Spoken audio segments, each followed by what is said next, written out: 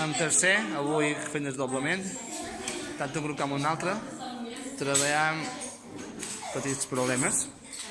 A partir d'un tiquet de compra han de fer una tria de productes i fer càlculs d'estimació que han fet a la pissarra en grup, i ara a la fitxa ja fan càlculs de suma de productes i de tornada de canvi.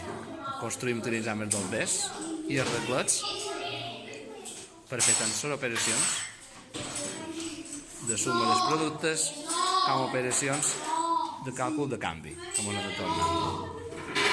Pep, segueixes tu? Els reglets. Tenim bé amb aquests doblers, amb els bitllets, i ja utilitzes les monedes. Construïm els preus en monedes. A començar. Es bat el 2 i 1, el 0, i després es quitat tots aquests.